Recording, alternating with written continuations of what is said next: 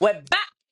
Conversations with Caroline and Sabrina, claiming your success. Hello, hello. How you doing, Sabrina?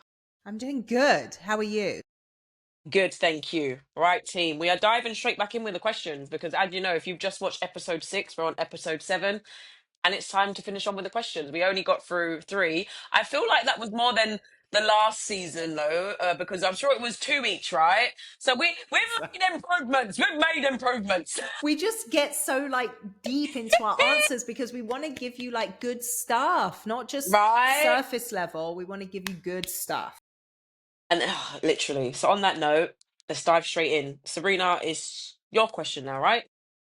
Sure, I can go. Yeah. Yeah. Okay, so if you could name one habit or action that helped you get out of your own cage of self-doubts, what would that be?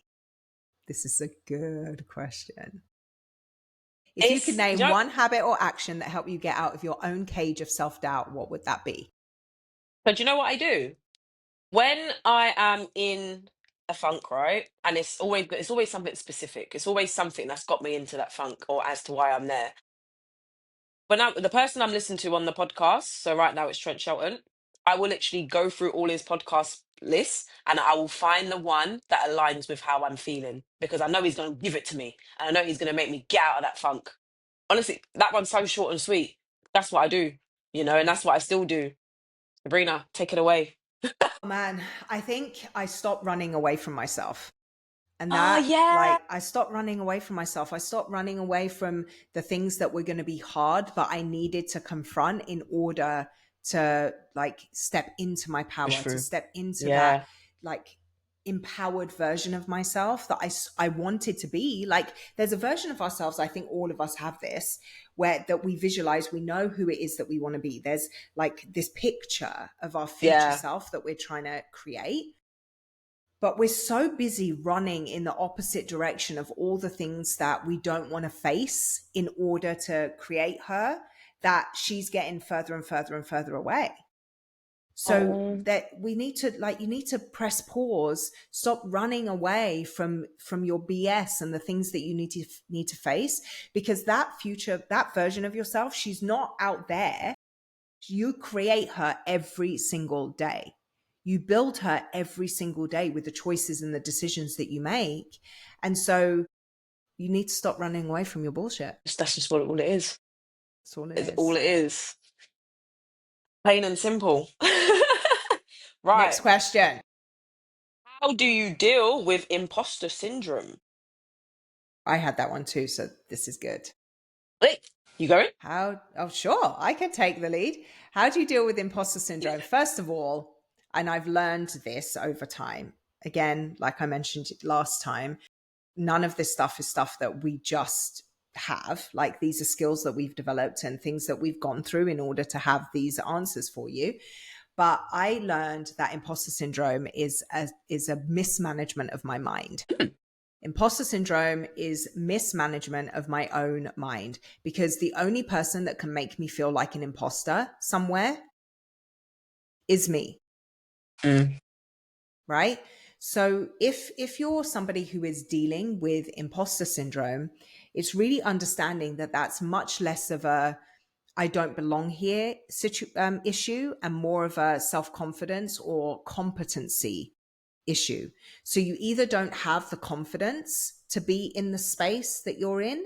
And so that's work on confidence that you need to build, right? Yeah. But oftentimes a lack of confidence is because you have a lack of skill. You're not competent at whatever it is that you're doing. And that doesn't mean you're a bad person. It just Yeah. means you need more practice. Go and That's get all more it is. practice. And I feel like I'm on the more skill side of it, because if I talk about with work, I didn't have a lot of actual one-on-one training. I kind of had to pick it up as I was going along.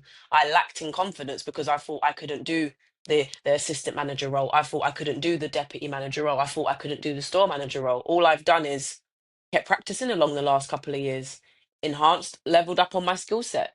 And now it's like I don't have that imposter syndrome no more. When I first stepped into being a store manager, that was Westfield Shepherd's Bush. I didn't think I could do it.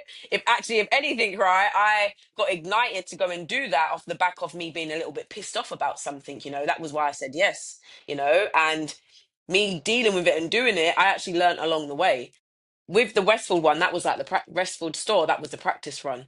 That was them practicing me for actually the real deal, which was Oxford Street flagship store.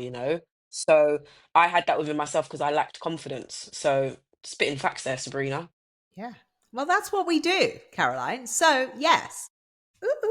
I love that. Love that. Very straightforward answers. I love it. The question I have: how do you stay on beat when pursuing your business dream and you have to make a pivot or make a change? I guess I can kind of talk about when I had to make my when I've made my pivot, isn't it, from body to Mm-hmm. Lavelle, right? Mm-hmm. Because I had to realize that, listen, it weren't Body that I was upset with leaving. It was Sabrina I was upset with leaving. I did not want to leave Sabrina. That was the issue. And that was what it took me a little while to understand that. So again, it's understanding, I guess, why you need to make the move, right? Because you need to make sure if it is the right move you need to make. Because sometimes it could actually be not the right move. It's just the universe dangling the distraction to see if you're actually going to take that carrot. You're not meant to, Mm-hmm. right?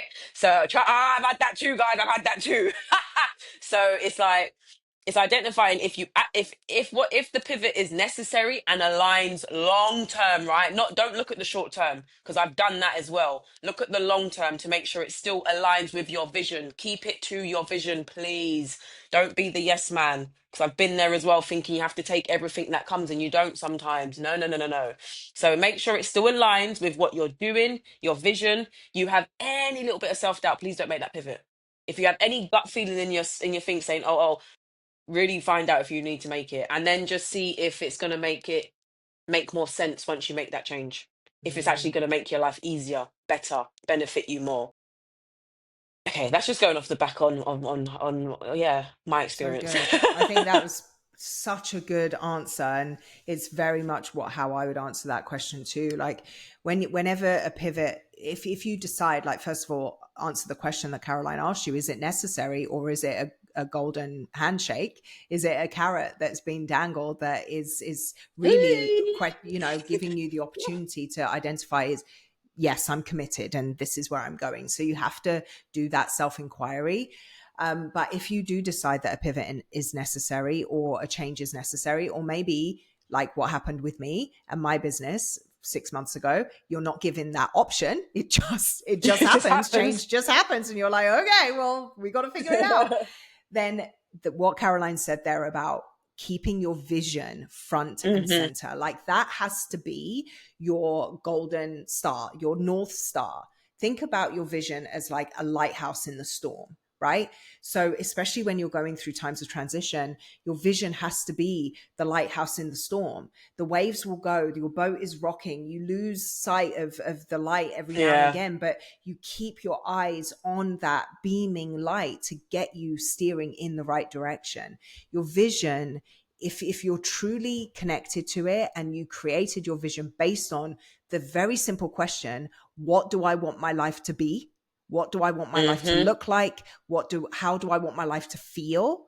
That should help you craft a really powerful vision. And then that should always be the pathway that you follow, regardless of what you're doing. Because I don't think any of us can really say that what we're doing right now is going to be what we do forever, right? Yeah. No, Because we we're can't. always Yeah. growing, we're always transitioning. There's always going to be new opportunities, and we should give ourselves space to explore those things. But we can say the vision, the quality of life that I want to live, that is what I'm shooting for. And then every choice, pivot, decision, change, whatever that comes along the way, as long as you're in alignment with that still, it's never going to be a bad decision. And then one more thing I wanted to share as well, because there was a time, and this probably happens in a lot of network marketing companies, where people think there's always better out there, or, this company's better and this company's better and blah, blah, blah, blah, blah. As far as I'm concerned, you can earn from any of the companies, right? As long as you're doing it organically and how they teach you correctly. And there was a time where a whole bunch of people left Lavelle and then my upline as well and went somewhere else. And they were really trying to, oh, come Caroline, come, you should come, and then all I kept asking was, why? The Mm, products work here. So why mm, am I going? But the compound's great here. So why am I going? But we have that here. So why am I going? And guess what? I didn't go nowhere. You know, and all that kind of happened was 6 months later, they all realized that that grass weren't always greener over there, and they came back round. So please understand, if you're getting everything you need and you're happy, like as long as you're bringing people on, you're getting paid, and you're benefiting from whatever it is the service, the products you're doing, why do you need to change? Chill and be patient. Trust in the process. Don't be a sheep, be a shepherd. mm. Sorry, I had to So because I'm seeing good. it too much. So I'm seeing it No, so much more often now. that was gold. That was gold. Be patient. Sometimes a pivot and a change isn't necessary, even though it looks fun.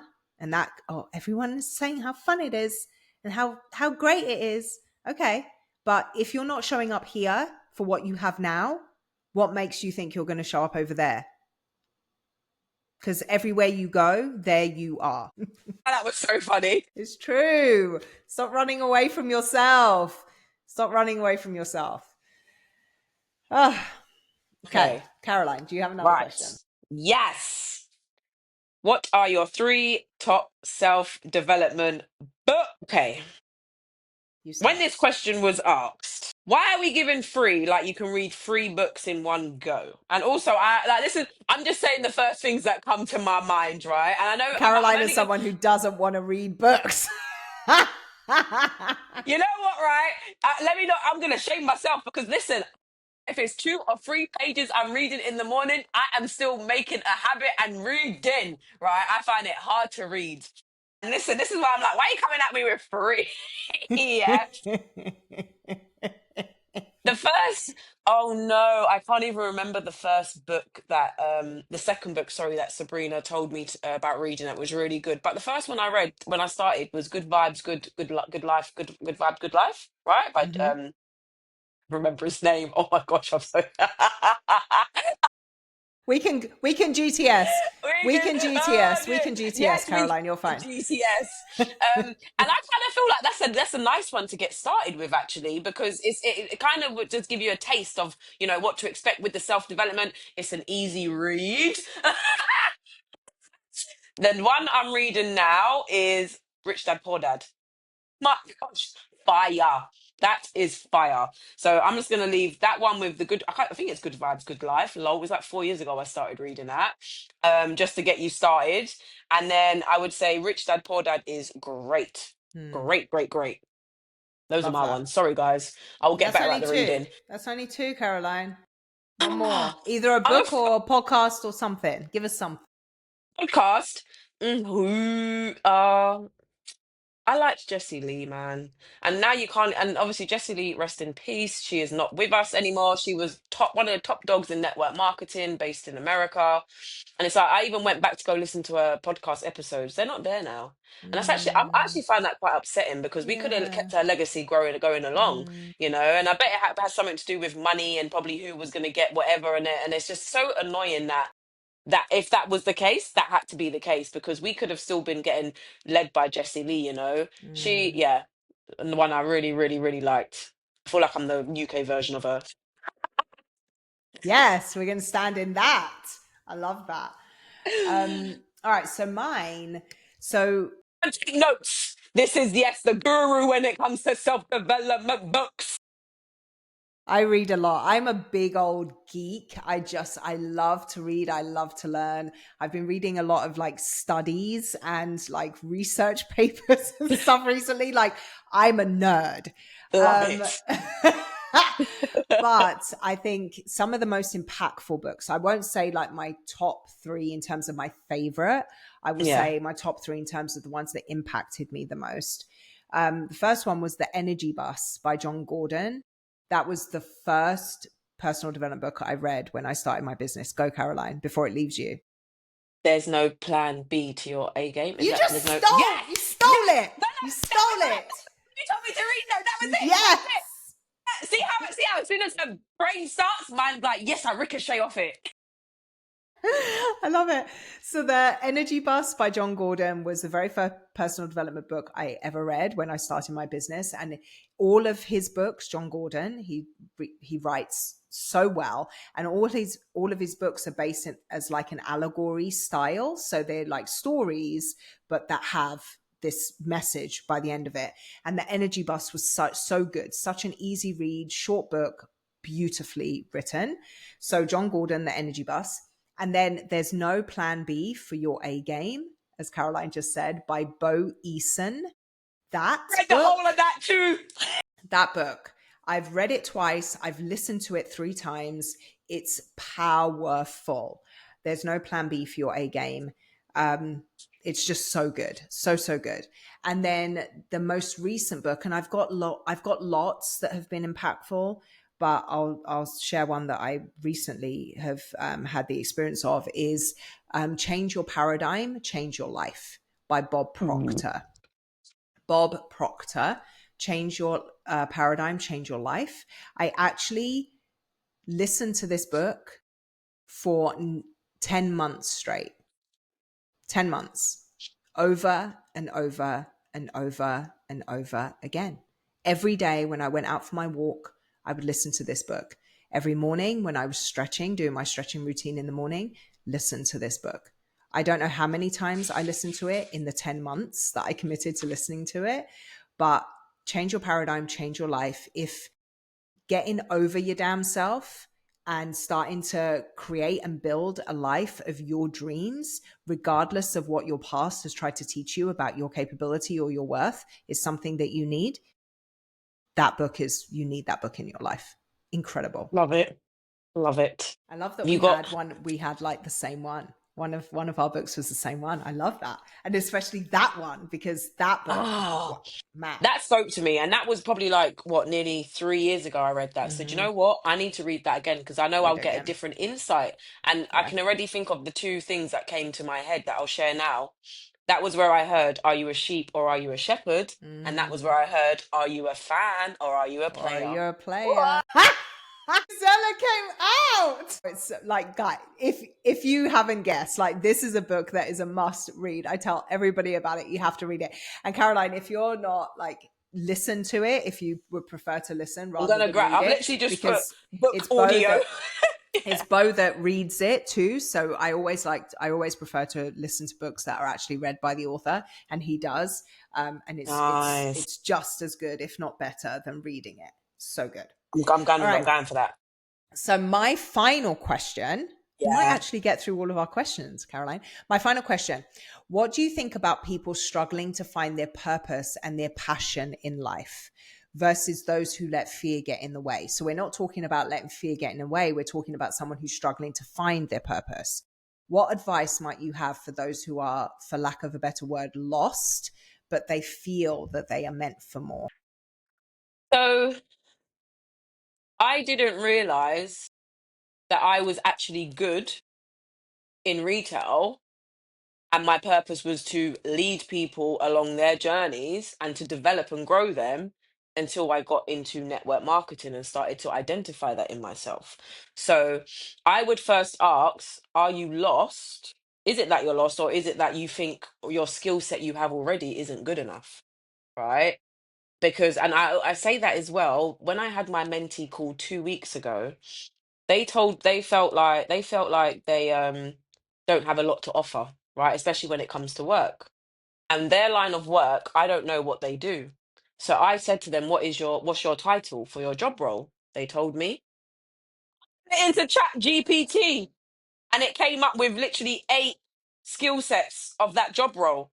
I then threw it back at them. I said, okay, so do you, I was like, they didn't know I chat GPT'd it, by the way. Mm, And then I was like, okay, so do you have to do this in your role? Do you have to do this in your role? And do you have to, I asked them and they were like, yeah, I do this. Tell me where you do that. Tell me how you do that. And then I then clarified to them the title of all those skill sets of what they do. They then clapped back to me and was like, oh, I actually didn't know that. So I would because say, they right, diminished yeah, their ability. really. And that, but then I did that as well, not thinking that thinking I wasn't a people person and I couldn't help anyone and all this jazz. When actually, if I have a sales assistant and I've brought a sales assistant up to assistant manager, I've done that through developing and training them, through my communication, through my coaching, through how I literally lead them. I didn't The realize that. example, your own example. Yeah, literally. So I would ask you, are you lost, or is it that you are diminishing? That is a big word for Caroline. Your current skill set. I'm sure I missed a couple of letters there. I think that's such a great perspective, because it's true. Like, we tend to, like, we minimize and we belittle the things that we do and the things that we're capable of because we do them. So we don't think Yeah, it's a big deal, yeah, you know? Whereas hmm what something that you do is a huge deal for somebody else. It's a skill that that other person could never even dream of having. So I think when you're thinking about struggling to find your purpose or your passion, it's like, where is it that you're looking for? Like, what is it that you're looking for? Are you looking for mm, more connection? Are you looking for more impact? Are you looking for more influence? Are you looking for more meaning? Are you looking for more energy, more vibrancy, better relationships, better quality of life? Like, what does passion or purpose mean to you? Because that word, those two words have different meaning to everybody, I think. yeah, To you, what does passion or purpose mean? What does a passionate or purposeful life look like to you? And hmm then I think that that's where it needs to begin, is getting clarity around that. And yeah, then you feeling as if you're meant for more than what you currently have doesn't necessarily mean that what you currently have is bad. But when you can understand what it is that you're actually shooting for, when you get clear about what a passionate or purposeful life looks like for you, then we can reverse engineer that to figure out what it is that you need to do. yep. Yeah. That, I mean, I feel like that was very, that's the kind, those are the kinds of questions I love to get like in with people on. So if she was here, I would like go to town on, on coaching her through that to give that clarity. Because so much of these questions, like the theme that I saw, like the overriding theme that I saw of everything that we discussed, was people not having trust in themselves. Yeah, I think that literally. that's the overriding kind of theme.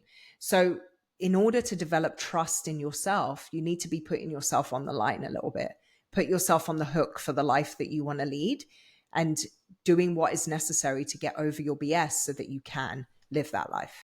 Yeah, in a nutshell. And that's it. That's all we got. I hope that was helpful. Give these episodes a review. Leave us some comments, especially if we Yes, yes, answered your yes. question, and tell us what your takeaways were about that. Even if you want to cuss us out, we're okay with that too. Um, and we His will feedback. love the feedback. And we'll see you next time. Bye, fam. Yes. Bye bye.